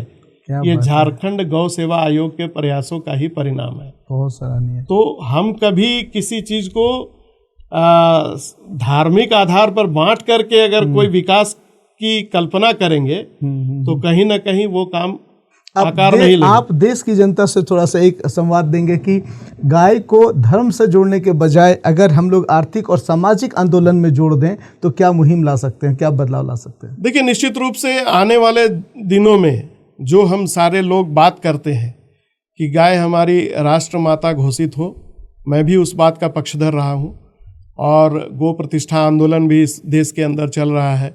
इस राज्य के अंदर भी शंकराचार्य ने यहाँ गो प्रतिष्ठा ध्वज की स्थापना की। तो इन सारे विषयों पर कारगर तरीके से हम तभी सफल हो सकते हैं जब समाज को हम इस प्रकार के एंटरप्रेन्योरशिप प्रोग्राम के तहत, जो चाहे वो पंचगव्य चिकित्सा के माध्यम से हो या बड़े बड़े जो प्लांट लगा करके जो इसके नैनो सेलुलोज को लेकर के जो काम हो रहे हैं, या इंडस्ट्री सेटअप करने के दौरान आज पर्यावरण को लेकर के सारे लोग चिंतित हैं। मैंने वही कहा कि आज अपने झारखंड में आपको बताते हुए हर्ष हो रहा है कि हाथीमारा इलाका है सरायकेला खरसावां में, वहाँ लोगों से घर घर गोबर इकट्ठा करके मनोज जी जो हैं उन्होंने एक पेंट इंडस्ट्री खड़ी की है और इमल्सन पेंट बना रहे हैं, जहां 10 वर्षों की गारंटी के साथ बिल्कुल केमिकल प्रभाव से हट करके पेंट का निर्माण हो रहा है। और आज पूरे देश और दुनिया में इस बात की चर्चा है और लोग डीलरशिप लेने के लिए आ रहे हैं उनके पास। तो परिवर्तन हो सकता है। अपने देश के बीकानेर में ईंटों का निर्माण हो रहा है गोबर के जरिए। आप सुपर स्ट्रक्चर बिल्डिंग जो है पाइलिंग आप करा लीजिए, गोबर से बने ईंटों से आप अपने मकान बनवाइए। आप देखिए कि पर्यावरण की सुरक्षा को दृष्टिकोण से लेकर के आप वातानुकूलित मशीन भूल जाएंगे, जाड़े के दिनों में ब्लोवर चलाना भूल जाएंगे। इस प्रकार का मौसम का कोई असर ही नहीं दिखाई देगा आपको। हम जिन मकानों में बैठते हैं, जिन फ्लैटों में रहते हैं, वहाँ टाइल्स गोबर से बने हुए आ रहे हैं, विट्रीफाइड टाइल्स के शक्ल में। तो एक वैचारिक क्रांति अब इस क्षेत्र में भी आई है। गौमूत्र से बने हुए दवाओं का उस पे आते हैं, लेकिन उससे पहले एक और सवाल मैं पूछूंगा आपसे। कितना चैलेंजिंग था इस विजन को पालना कि जहाँ पे आप एक ऐसे पार्टी से आ रहे थे जहाँ पे कॉन्फ्लिक्ट है या एक माहौल तैयार किया गया देश में कि गाय एक पर्टिकुलर समाज को रिप्रेजेंट करता है। कितना मुश्किल था और चैलेंजिंग था आपके लिए इसको करना? निश्चित रूप से देखिए, चुनौतियों को स्वीकार करना मेरी पुरानी आदत रही है और बराबर मैंने चुनौतियों को स्वीकार करके ही आगे बढ़ने का काम किया है। तो इस चीज़ को भी मैंने चुनौती के रूप में लिया और चुनौती के रूप में लेकर के आज मेरे साथी, मेरे सहकर्मी सारे लोग इस बात को प्रोत्साहित करते हैं कि नहीं, वाकई आपने इसकी शक्ल बदलने का काम किया है, वो चाहे किसी भी समाज से आते हो। मैंने वही कहा कि जब हम धर्म और आस्था को राजनीति से अलग कर देंगे तो हम चीज़ों को ज़्यादा बेहतर तरीके से बताने का काम कर सकेंगे, समाज को प्रेरित करने का काम कर सकेंगे, उनको प्रोत्साहित करने का काम कर सकेंगे। और ये तभी संभव हो पाएगा हम अपने आने वाली पीढ़ियों को भी जब इसके साथ ज़्यादा से ज़्यादा जोड़ सकेंगे। और जो हमारे समाज की जो मेन विकास का पहिया जिसको हम बोलते हैं, हम अपनी महिलाओं को इसमें अगर शामिल कर सकेंगे तो हमारा समाज जो है, हमारा देश जो है, हमारा राज्य जो है, वो दोगुनी गति से रफ्तार पकड़ेगा। जहाँ पे बहुत सारे पार्टी के बड़े बड़े राजनेता ये बोलते हैं कि गौमूत्र से कुछ नहीं होता, वहाँ पे आप गौ अर्क की बात कर रहे हैं, गौमूत्र अर्क की बात कर रहे हैं। ये तो मानने पर है। अब तो ये कई तरह के लैबों में ये टेस्टेड हो चुका है। नहीं, ये अब तो सोच पर हम किसी का विराम नहीं लगा सकते हैं। बिल्कुल। लेकिन जो चीज़ें हैं प्रामाणिक तौर पर हैं और जो लेबोरेटरी से टेस्टेड चीज़ें आ रही हैं, तो मैंने वही कहा ना कि अगर आप उस नज़रिए से देखिएगा, नज़र और नज़रिए का फर्क है, तो चीज़ें आपको उस रूप में नज़र आएंगी। अगर आप डेवलपमेंटल थॉट के जरिए आप इस चीज़ को देखेंगे तो निश्चित रूप से लोग भी आपके साथ जुड़ेंगे, आप इन चीज़ों को लेकर के आगे भी बढ़ सकते हैं। और हमारे यूथ को इस बात के लिए प्रेरित कर सकते हैं कि नहीं, इस इंडस्ट्री में भी हम एग्रीकल्चर की बात करें। मैंने बायो फर्टिलाइजर का भी बात किया था कि हमारी गौशालाएं, मुझे बहुत गर्व होता है कि हमारे राज्य की जो निबंधित गौशालाएं हैं, उन गौशालाओं में जो बेड बना करके केचुआ खाद जिसको हम कहते हैं, उसकी तैयारी होती है और उसी को सरकार जो है खरीदती है, वो टेंडर करती है, वो मिडिल मैन के जरिए टेंडर जो एक व्यवस्था होती है। तो मैंने जब कमान संभाली तो हम लोगों ने आयोग की बैठक में निर्णय लिया कि भाई आयोग जो है अनुदान पर चलने वाली है संस्था, तो क्यों ना हम सरकार से इस बात के लिए योजना बना करके आगे चर्चा करें कि आप सीधी खरीद कीजिए, सरकार का राजस्व भी बचेगा और हमारी गौशालाएं आत्मनिर्भर होंगी। बिल्कुल। तो इस बात को लोगों ने सराहा और इस समिट के दौरान हमारी कृषि पशुपालन एवं सहकारिता मंत्री जिन्होंने इनॉग्रेट किया था इसको, शिल्पी नेहा तिर्की जी ने, और हमारे सचिव जो हैं अबू बकर सिद्दीकी साहब, और राष्ट्रीय कामधेनु आयोग के अध्यक्ष वल्लभ भाई कथेरिया, पूर्व केंद्रीय मंत्री, सरीखे लोगों ने, हमारे सुदीव्य कुमार सोनू जी हुए नगर विकास मंत्री, वित्त मंत्री आदरणीय राधा कृष्ण किशोर जी, सारे लोगों ने इस समिट में आकर के अपनी बातों को सुना, समझा, देखा, कृषि वैज्ञानिकों की भी बात को सुना, नैनो सेल्यूलोज पर काम करने वाले लोगों की भी बात को सुना, आपके प्रश्न जो आपने खड़ा किया, पंचगव्य चिकित्सा में लगे लोगों की भी बात को सुना। तो जब उन चीज़ों में आप विवेचना करेंगे तो कहीं ना कहीं प्रामाणिकता जब आपको साबित हो जाएगी तो आपको स्वीकार करना पड़ेगा। और आज एक इंडस्ट्री का रूप ले चुका है, आप लाख इसको दूसरे रूप में देख लीजिए। तो इन चीज़ों को हम चाहते थे, जो एक प्रयास हमने शुरू किया था, हमने और मेरे उपाध्यक्ष हैं राजू गिरी जी हमारे साथ जेएमएम से हैं, वो आते हैं जमशेदपुर से। हम लोगों ने मिल करके ये सोचा था कि इस राज्य की गौशालाओं को आत्मनिर्भर बनाने के साथ साथ इस राज्य की समृद्धि में हम किस प्रकार से अपना योगदान दे सकें, ताकि जो चीज़ें लोगों के जेहन में नहीं हैं। हमने सबसे पहले अधिनियम जो हमारा बना उसकी किताबों का प्रकाशन करा करके भी लोगों को बांटने का काम किया। यहाँ तक कि थाना अध्यक्षों को भी इस बात की जानकारी नहीं रहती थी। मैं जब जिलों में जाता हूँ, जिला के प्रशासनिक पदाधिकारियों के साथ बैठक करता हूँ, तो उस पुस्तक का वितरण करता हूँ कि भैया इसका अध्ययन कर लो और इसी अधिनियम में प्रदत्त शक्तियों के आधार पर आयोग कार्यशील है, इस पर आपको किस प्रकार से एक्ट करना है उसको लेकर के अवेयरनेस भी होगा। तो लगातार इन चीज़ों को मैंने पब्लिक डोमेन में लाने का काम किया। सबसे पहले पूरी तरह से पारदर्शी बनाने का प्रयास किया, आयोग को वेबसाइट बनाया, वेबसाइट में आयोग की सारी गतिविधियां आप आज देख लेंगे। हमारे आने वाले कार्यक्रम किस प्रकार से, हम कैसे काम कर रहे हैं, बीते दिनों हमने कैसे काम किया, उन सारी चीज़ों का जिक्र है। और पेमेंट गेटवे के जरिए गौ भक्तों को एक प्लेटफॉर्म भी दिया कि आप गौ सेवा के साथ इस माध्यम से भी आप जुड़ सकते हैं। और हमारी गौ माता हमारा दायित्व कार्यक्रम के जरिए लोग जुड़ भी रहे हैं, जिससे सीधे सीधे आयोग का उस पेमेंट गेटवे से कुछ लेना देना नहीं है। हमारा सोच इतना ही है कि हम उन चीज़ों को मॉनिटर करें, क्योंकि आज की व्यवस्था में सब कुछ सरकार के भरोसे संभव नहीं है। आज हमारी सबकी जिम्मेवारी होती है। और मैं आपके पॉडकास्ट के श्रोताओं से भी अपील करूंगा कि आप इस माध्यम से जुड़ें, क्योंकि सरकार हर कुछ नहीं कर सकती है, लेकिन हम अगर वास्तव में अपनी धार्मिक, सांस्कृतिक, आध्यात्मिक आस्था पर विश्वास करके गौ सेवा की चर्चा करते हैं, तो वास्तव में गौ सेवा करना है तो गौ सेवक बनने के लिए आपको एक प्लेटफॉर्म है। इसके जरिए एक माउस क्लिक के साथ आप अपने राज्यों में निबंधित गौशालाओं की अद्यतन स्थिति की जानकारी भी आप रख सकते हैं। चूँकि ये व्यवस्था है, हमारे आने के बाद एक बड़ा परिवर्तन हुआ इस राज्य के अंदर। जो भोजनादि मद में पहले पैसे दिए जाते थे, वो सिर्फ 6 महीने के लिए दिए जाते थे जो पकड़े गए गोवंश होते थे। सबसे पहला परिवर्तन कि उसको 1 वर्ष का किया गया।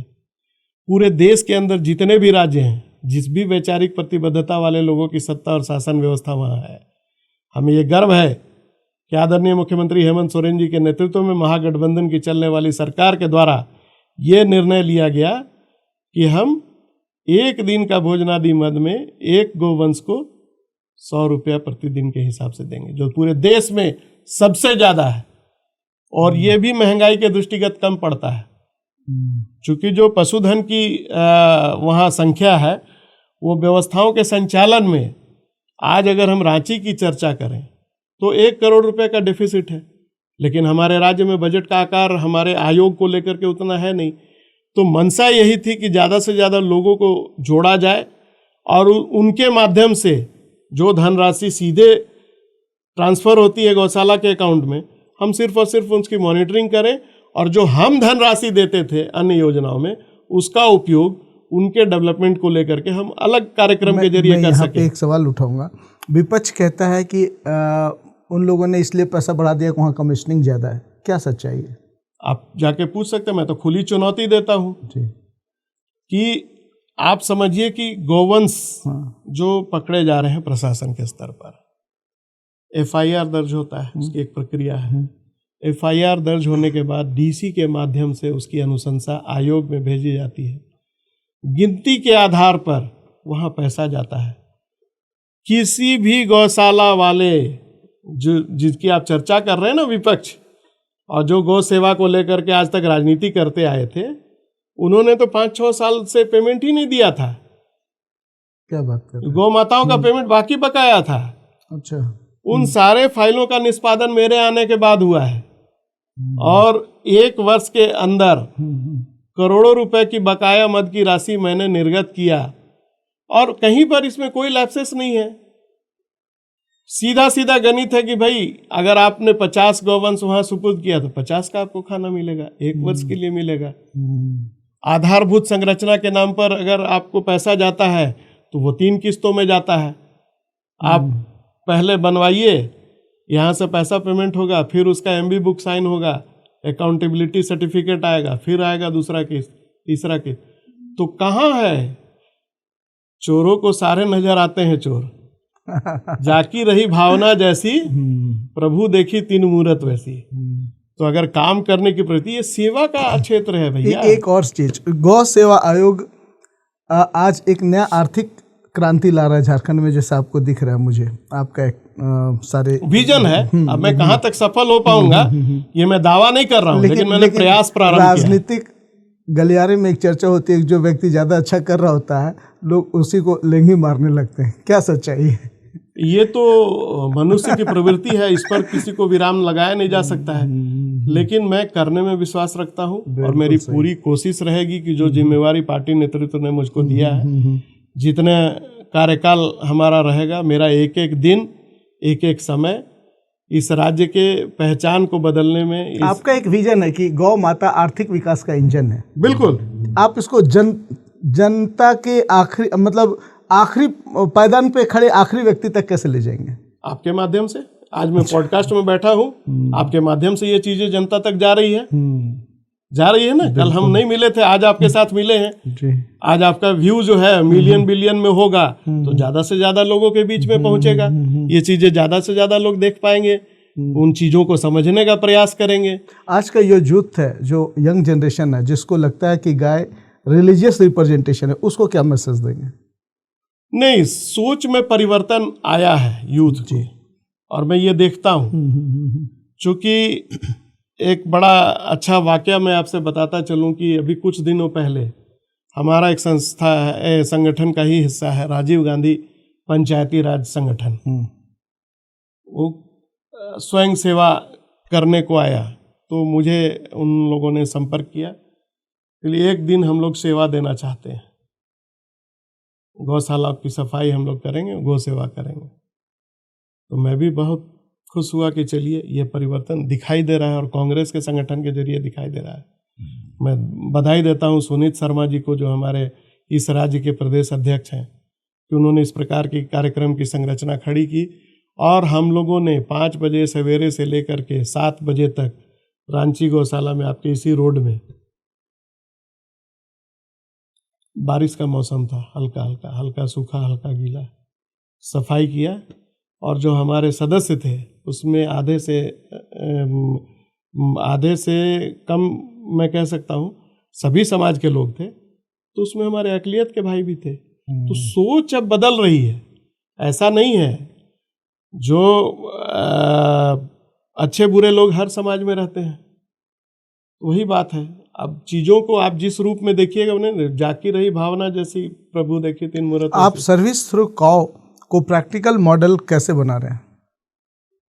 अभी इस प्रकार का जो विचार मंथन हुआ और 2 दिनों के विचार मंथन से जो अमृत निकल के आया है, हम उसको एक संकलित दस्तावेज के रूप में सरकार को भी देंगे और आपके माध्यम से भी जनता को बताएंगे कि आने वाले दिनों में किस प्रकार की नीतियां बने, जिससे सरकार को इस प्रकार की नीति बना करके ज़्यादा से ज़्यादा समाज के लोगों को इससे जोड़ा जा सके, जो हमारे अपने डेवलपमेंट में भी, हमारे समाज के डेवलपमेंट में भी और हमारे सोच के डेवलपमेंट में भी सहायक सिद्ध हो, और जिसको हम सस्टेनेबल डेवलपमेंट की परिभाषा के रूप में आगे इस्तेमाल कर सकें।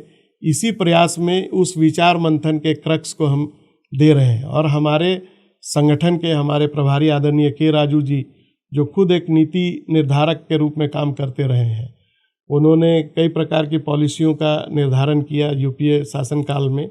आज आप JSLPS और अगर देख रहे हैं, या मनरेगा की योजना कहें, या इन सारे योजनाओं के गठन में वो भी एक ब्यूरोक्रेट रहे हैं। तो वो जब नीतियों का निर्धारण खुद करने वाले जब हमारे राज्य के प्रभारी हैं, तो स्वाभाविक है कि इसमें हमको सहयोग मिलेगा। और हमारे माननीय मुख्यमंत्री जी की सोच, हम तो सलाम करते हैं उस सोच को, जो जिस वैचारिक प्रतिबद्धता वाले लोगों ने सबसे ज़्यादा सत्ता और शासन में अपनी हिस्सेदारी झारखंड के अंदर निभाई, उन्होंने इसको ठंडे बस्ते में डाल दिया। हमारे गठबंधन की सरकार और हमारे मुख्यमंत्री ने हिंदू धार्मिक न्यास बोर्ड कहिए या गौ सेवा आयोग कहिए, ऐसे आयोगों को बहाल करने का काम किया, जो लंबे कालखंड के बाद बहाल हुआ और आज कहीं ना कहीं काम कर रहा है और लोगों के बीच पहुंचने का प्रयास कर रहा है। मैं नहीं कहता कि 100% हमने अचीव कर लिया, लेकिन प्रयास आरंभ हो गया है और लोग उसको सराह रहे हैं।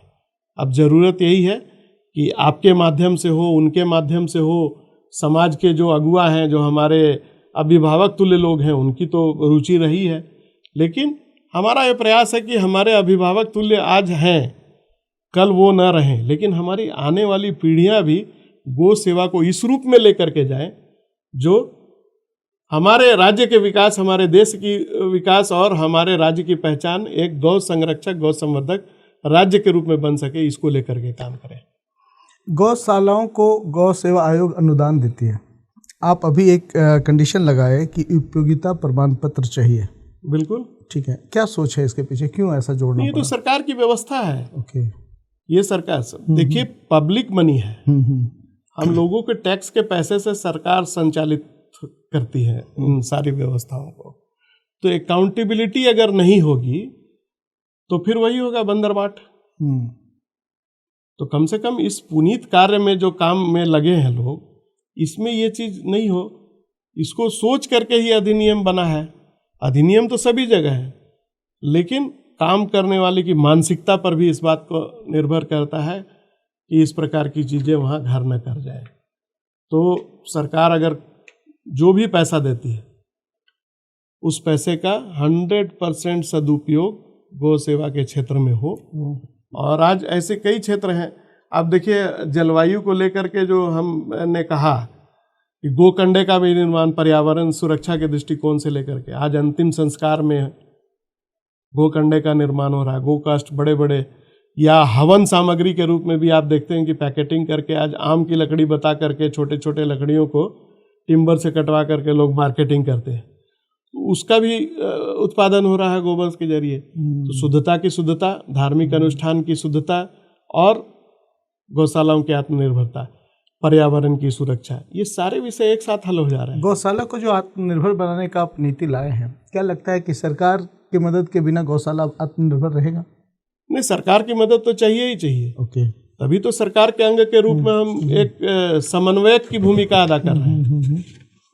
हालांकि ये पूरा जो क्षेत्र है ये समाज के सहयोग से ही चलता आ रहा है, आगे भी चलेगा, लेकिन कम से कम जो कमियां हैं उनके बीच में एक सेतु के रूप में काम करके उन कमियों को दूर करने का प्रयास कर रहे हैं। सवाल मेरे जहन में आया, मैं नहीं जानता, लेकिन फिर भी मैं पूछूंगा कि जहाँ पे इतने सारे प्राइवेट पार्टीज हैं जो मिल्क सप्लाई कर रहे हैं, क्या गौ सेवा आयोग अपने सारे गौशालाओं को मिला के मिल्क का डिस्ट्रीब्यूशन सिस्टम में नहीं उतर सकता?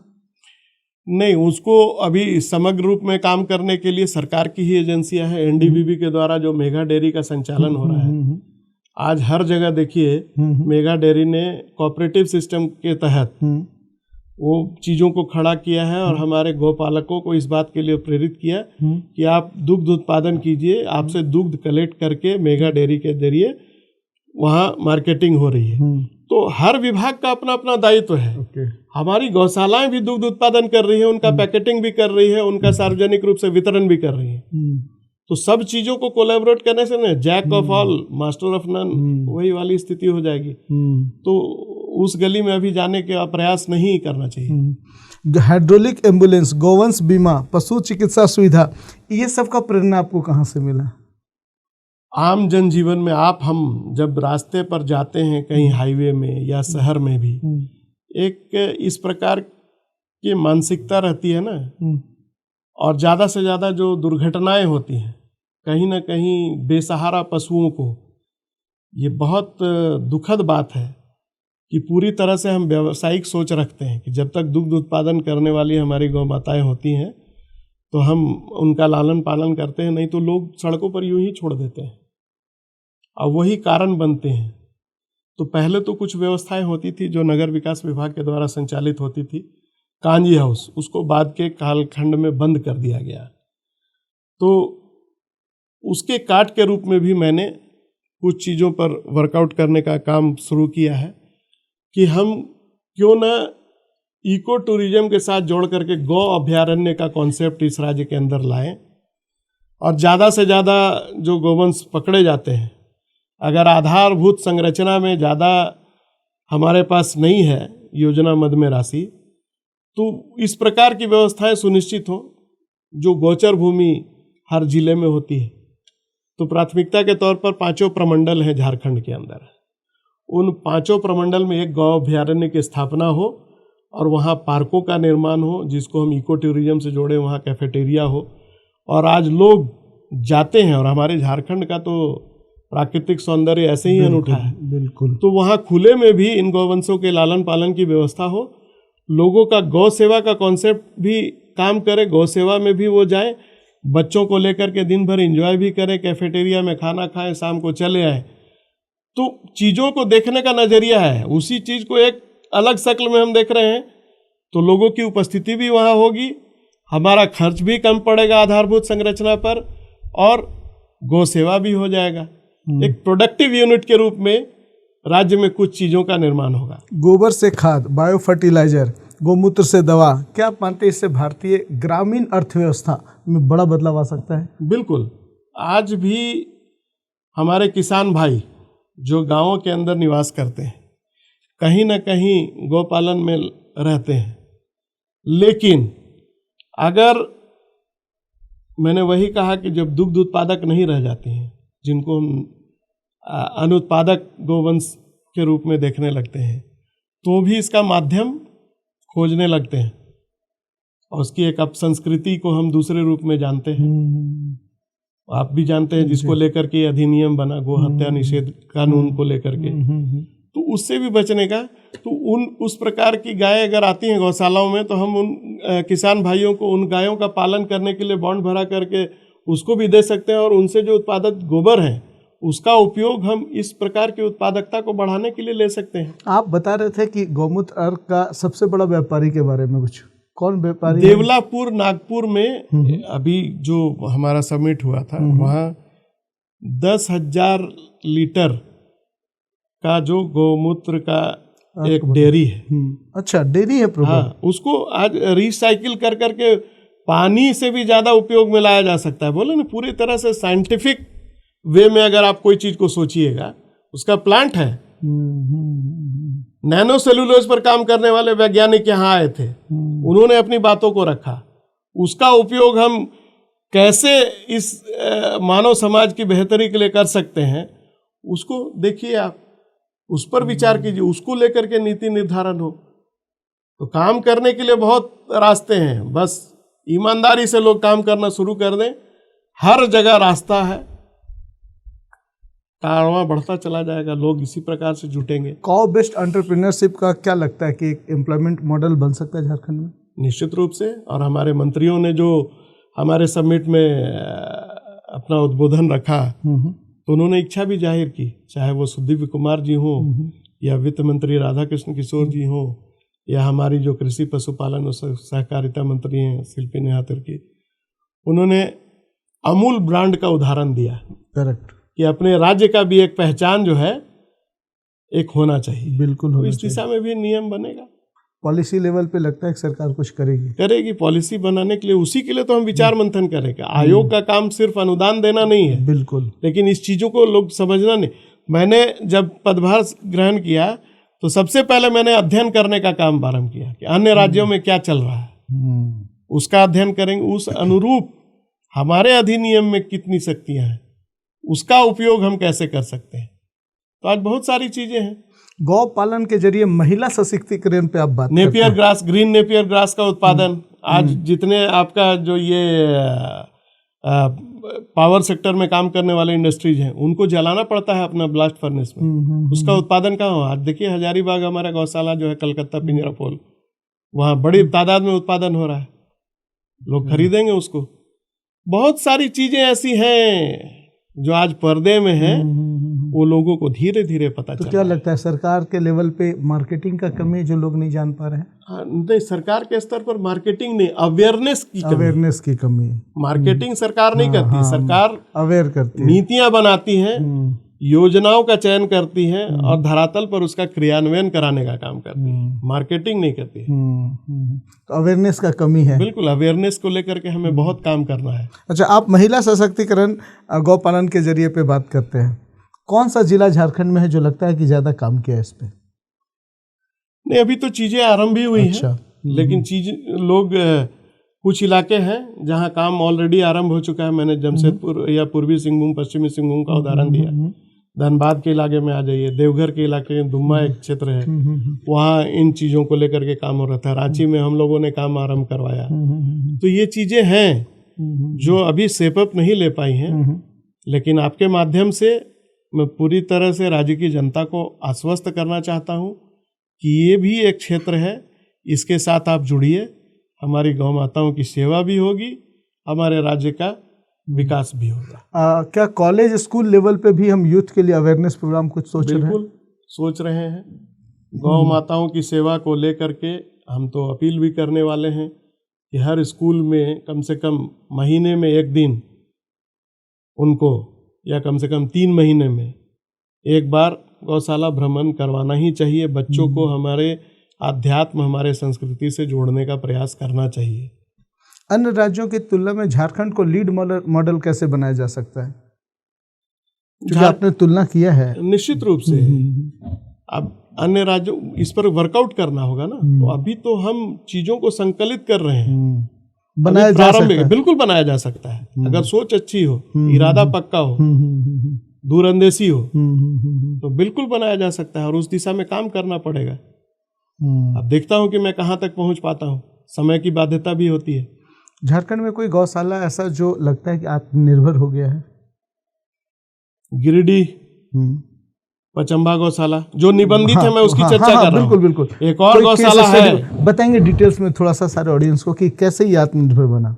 आत्मनिर्भर इसलिए बना कि मैंने जिस बायो फर्टिलाइजर की बात की, जिस केचुआ खाद की चर्चा की, वर्मी कंपोस्ट, इतने बड़े पैमाने पर उसका उत्पादन इन्होंने शुरू किया कि आपको बताते हुए हर्ष हो रही है, राज्य की जनता को, देश की जनता को बताते हुए हर्ष हो रही है कि कम से कम प्रति वर्ष लगभग आज जो बैरियर है वो तोड़ते हुए वो 3 करोड़ रुपए का वर्मी कंपोस्ट के माध्यम से आय कर रही है। इसके अलावा गोपाष्टमी एक त्यौहार होता है जो कार्तिक के महीने में छठ पूजा के बाद आयोजित होता है, उसको भी एक मेले के रूप में लोग उत्सव के रूप में मनाते हैं, कहीं 1 हफ्ता का, कहीं 10 दिन का, तुलादान के माध्यम से लोगों को बोले ना समाज के सहयोग से चलने वाले, उसके माध्यम से भी बहुत सारी आय होती है। ग्रीन नेपियर ग्रास के माध्यम से आज इस प्रकार की जो गौ प्रसंस्करण की चीज़ें हैं उसका उत्पादन से, इन सारे चीज़ों से गौशालाओं को आत्मनिर्भर बनाने का प्रयास कर रहे हैं। मैंने एक प्रयास और प्रारंभ करवाया कि एक योजना ला करके कम से कम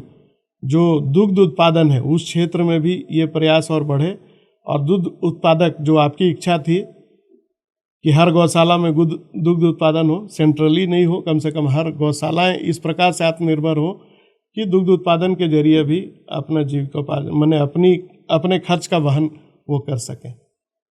ग्रामीण क्षेत्रों में जो गौपालक हैं उनकी आय बढ़ी है? अब आय बढ़ी है या नहीं बढ़ी है ये चर्चा का विषय हो सकता है, लेकिन कम से कम अपने जीविकोपार्जन के लिए तो करते हैं। कुछ लोग गौ सेवा को सिर्फ राजनीतिक एजेंडा मानते हैं। जो मानते होंगे उनको मुबारक। गौ रक्षा बनाम गौ सेवा, दोनों में फर्क क्या है? कोई फर्क नहीं है। अगर आप गौ सेवा करने लगेंगे तो गौ रक्षा अपने आप सुनिश्चित हो जाएगी। ये सोच का ही फर्क है। गौ सेवा कार्य शुरू कीजिए, गौ रक्षा अपने आप हो जाएगी। शहरी लोगों को लगता है कि गौ सेवा गांवों का विषय है। आप इस शहरी लोगों को कैसे, की मानसिकता को कैसे बदलेंगे? नहीं, धीरे धीरे अब चीज़ें परिष्कृत होकर के लोगों के बीच में आ रही है, और इनको आज जितना भी प्लेटफॉर्म है, चाहे सोशल मीडिया में, पब्लिक डोमेन में, इस प्रकार की चीज़ें अब आ रही हैं। लोग अपने पोस्ट में इस चीज़ों को डालते हैं, लोग देख रहे हैं, तो लोगों का रुझान बढ़ा है। बस इसको प्रोडक्टिविटी के साथ हम किस प्रकार से जोड़ सके जिससे आने वाली पीढ़ियों का रुझान इसमें ज़्यादा से ज़्यादा सुनिश्चित हो सके, इस बात के प्रयास के लिए हम सबको मिलजुल करके लगना होगा। आने वाले 3 साल में आपकी सबसे बड़ी प्राथमिकता क्या होगी? सबसे पहले हमारी राज्य की गौशालाएं आत्मनिर्भर बने और हमारे किसान भाइयों की आय बढ़े, हमारे महिलाओं की उत्पादन क्षमता या उनका हुनर उनके जो सकल आय वृद्धि का एक माध्यम बन सके, लोगों की जीवन शैली जीवन स्तर में बदलाव आ सके, इसी बात को लेकर के हम काम करेंगे। क्या गोप्रेन्योरशिप जैसा कोई स्कीम या मॉडल लाना चाहेंगे आप? निश्चित रूप से आप ये कहा जा सकता है कि इस देश के अंदर में एक बड़ा समिट होता है राजस्थान में, गुरुग्राम में, वहाँ गौटेक GCCI संस्था है, उसके माध्यम से जैसे federation of chamber of commerce and industries या JCI होगा, इस प्रकार की संस्था वो है जो एग्रो बेस्ड इंडस्ट्रीज और गौ सेवा के क्षेत्र में या गौ उद्यमिता के क्षेत्र में जो डेयरियां हमारे काम कर रही हैं, उन सारे लोगों का एक बड़ा समिट होता है। तो मेरा प्रयास होगा कि इसी संस्थाओं के साथ कोलैबोरेट करके कम से कम उस सोच को यहाँ के लोगों के बीच में एक बार प्रस्तुत कर पाऊँ, ताकि आने वाले दिनों में लोग इस बात को सोचने को बाध्य हो जाए। गौ पे आधारित कोई स्टार्टअप पर कोई योजना या स्कीम है क्या? यही बहुत बड़ा स्कीम है जिसको लेकर के हमने प्रशिक्षिकाओं की तैयारी शुरू की है और जिन लोगों ने स्टार्टअप के रूप में इसको लिया है, एक रोशन करके अपने रांची का ही लड़का है, अभी GTV का एक कार्यक्रम आ रहा है एंटरप्रेन्योरशिप डेवलपमेंट को लेकर के प्रमोट करने का, तो उसने इस विषय में ही उसका सिलेक्शन हुआ है। क्या बात है। कि गोबर उत्पादक वस्तुओं का निर्माण कैसे हो, कैसे हम उसको स्टार्टअप के रूप में लें। कौन सा चैनल पे आ रहा है? GTV ने अभी उनका सिलेक्शन हुआ है। अब आगे वो कितनी दूर तक जा सकते हैं, बिल्कुल, बहुत बढ़िया, वो देखा जाएगा। सबसे प्रिय गौवंश सेवा प्रोजेक्ट कौन सा है जिसका आपका दिल से जुड़ाव है? ये तो मल्टीफेरियस सेक्टर है, अभी चीज़ों को अभी शेप अप करने में ही लगेगा। और जो सबसे प्राथमिकता के तौर पर अभी एक जो चीज़ है वो हमारा दायित्व भी बन जाता है कि गौ मुक्ति धाम का भी निर्माण इस राज्य के अंदर हो, तो कम से कम पूरे सम्मान के साथ। ये आपका विजन है? हाँ, उस पर लेकर के भी सरकार के स्तर पर काम हुआ है। हमारे पूर्ववर्ती जो मंत्री थे बादल पत्रलेख जी, उन्होंने पलामू में इस बात की घोषणा की थी और उसको लेकर के हमारे वर्तमान की सरकार भी काम कर रही है और एक बहुत जल्द उसका उद्घाटन भी होगा पलामू में। आपका कोई एक फिलॉसफी जिसको आप चाहते हैं कि युवा जाने या युवा जुड़े? बोलना कम, काम करना ज़्यादा, इसी बात को अपना जीवन का आधार अगर बना ले लो।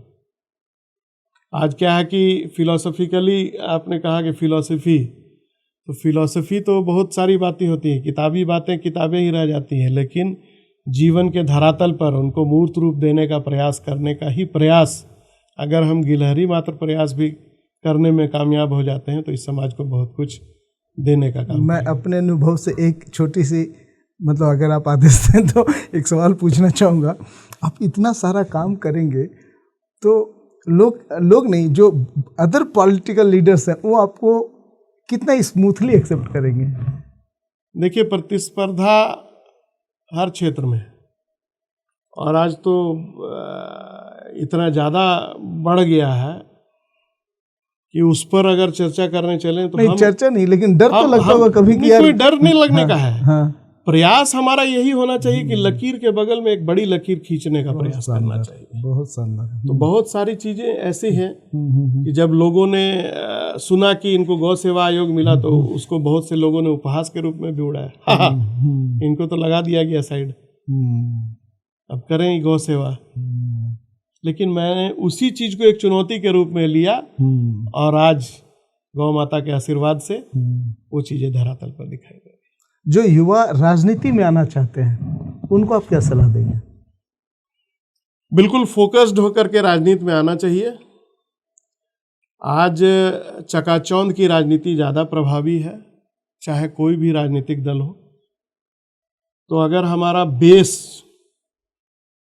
वो सही रहे, और हम काम करने पर ही हम सिर्फ और सिर्फ उसको एक ग्लैमर के रूप में न ले करके वास्तव में समाज को कुछ देने का प्रयास करने वाले लोग ही इसमें आए, तो राजनीति के साथ भी जस्टिस होगा और आपके साथ भी जस्टिस होगा। इसीलिए मैं अपने आने वाली पीढ़ियों से ये कहूँगा कि जरूरी है कि राजनीति में भी अच्छे लोगों का प्रवेश हो। ऐसा ना हो कि जो पूर्व में किंवदंती बनी हुई है कि जिनका कहीं कुछ नहीं हुआ वो राजनीति में आ गया। तो इस चीज़ को हम ही को मिल के बदलना है। एक सवाल इसी से रिलेटेड और कि उनको जो युवा, सपोज कीजिए कि मैं ही मानता हूँ कि मैं राजनीति में आना चाहता हूँ, तो मुझे पार्टी के माध्यम से आना चाहिए या निर्दलीय भी मैं एंट्री लेना चाहूँ तो ले सकता हूँ? आपका सलाह और सुझाव क्या रहेगा? नहीं, करने को तो लोग व्यक्तिगत स्तर पर भी बहुत सारी चीज़ें करते हैं, लेकिन कहीं ना कहीं वैचारिक प्रतिबद्धता और दलीय आधार वो आपको मजबूती प्रदान करती है और सहयोग समाज का मिलता है। अकेला चना भाड़ नहीं फोड़ सकता है, ये ध्यान में रहना चाहिए। एक आखिरी सवाल, झारखंड का दोनों पार्टी, हर पार्टी के बियॉन्ड सबसे बड़ा पॉलिटिकल लीडर वाला फेस कौन सा है? ये तो आप मेरे लिए संकट उत्पन्न कर देंगे। नहीं, बहुत सारे लोग हैं जी, बहुत सारे लोग हैं।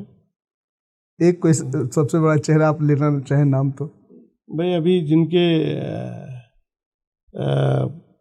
अभी तो हमारे सबसे लोकप्रिय जननायक जिनको लेकर के हम चल रहे हैं पूरे देश स्तर पर, जिन्होंने पहली बार 10,000 किलोमीटर से भी ज़्यादा पदयात्रा की, जो यूथ के आइकॉन भी कहे जाते हैं। ये अलग बात है कि हमारे प्रतिद्वंदी जो हैं वो अपने ट्रोल आर्मी के द्वारा उनका छवि लाख बना लें, लेकिन आज जो एक कहें कि लोगों के बीच में आज चर्चा तो है कि आने वाले प्रधानमंत्री के रूप में हम राहुल गांधी जी को देखना चाहते हैं। नहीं, झारखंड राज्य स्तर पे मैं बोल रहा हूँ।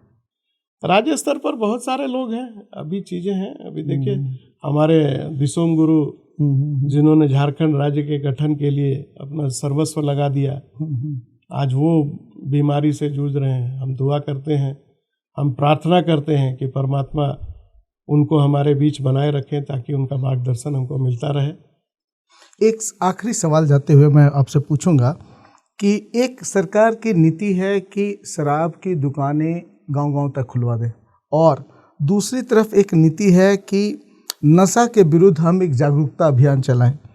ये सामंजस्य कैसे स्थापित होगा? और आपको फैक्ट क्या है? फैक्ट ये है कि कहीं ना कहीं झारखंड में नशा पिक पे है, युवा नशा के शिकार हो रहे हैं।